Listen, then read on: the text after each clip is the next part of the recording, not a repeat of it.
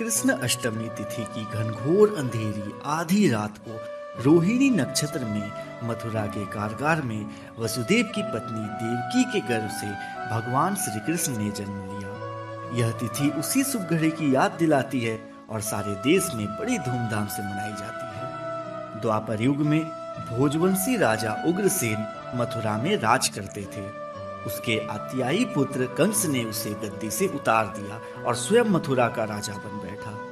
कंस की एक बहन देवकी थी, जिसका विवाह वसुदेव नामक यदुवंशी सरदार से हुआ था। एक समय कंस अपनी बहन देवकी को उसकी ससुराल पहुंचाने ले जा रहा था। रास्ते में आकाशवाणी हुई, हे कंस, जिस देवकी को तू बड़े प्रेम से ले जा रहा है उसी में तेरा काल बसता है।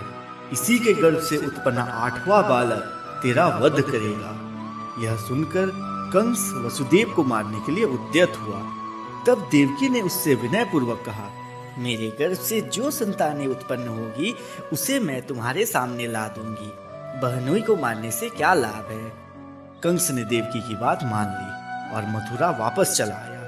उसने वसुदेव और देवकी को कारागृह में डाल दिया। वसुदेव देवकी के एक एक करके 7 बच्चे पैदा हुए और 7 को जन्म लेते ही कंस ने मार डाला। अब 8वां बच्चा होने वाला था। कारागार में उन पर कड़े पहरे लगा दिए गए। उसी समय नंद की पत्नी यशोदा को भी बच्चा होने वाला था। उन्होंने वसुदेव देवकी के दुखी जीवन को देख 8वें बच्चे की रक्षा का उपाय रचा। जिस समय वसुदेव देवकी को पुत्र पैदा हुआ, उसी समय संयोग से यशोदा के गर्भ से एक कन्या का जन्म हुआ, जो और कुछ नहीं सिर्फ माया थी।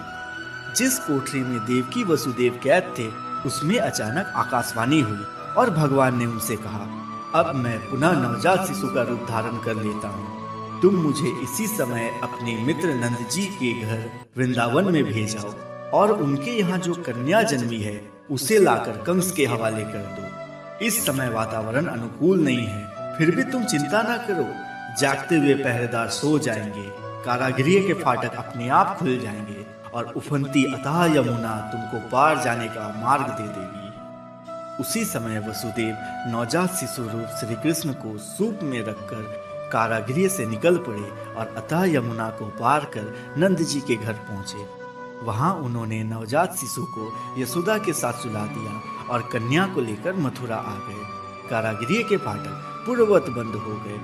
अब कंस को सूचना मिली कि वसुदेव देवकी को बच्चा पैदा हुआ है। उसने बंदगृह में जाकर देवकी के हाथ से नवजात कन्या को छीनकर पृथ्वी पर पटक देना चाहा, परंतु वह कन्या आकाश में उड़ गई और वहां से कहा, अरे मूर्ख, मुझे मारने से क्या होगा? तुझे मारने वाला तो वृंदावन में जा पहुंचा है। वह जल्दी ही तुझे तेरे पापों का दंड देगा। और यह है कृष्ण की जन्म कथा। आशा है आपको बहुत अच्छी लगी होगी। धन्यवाद।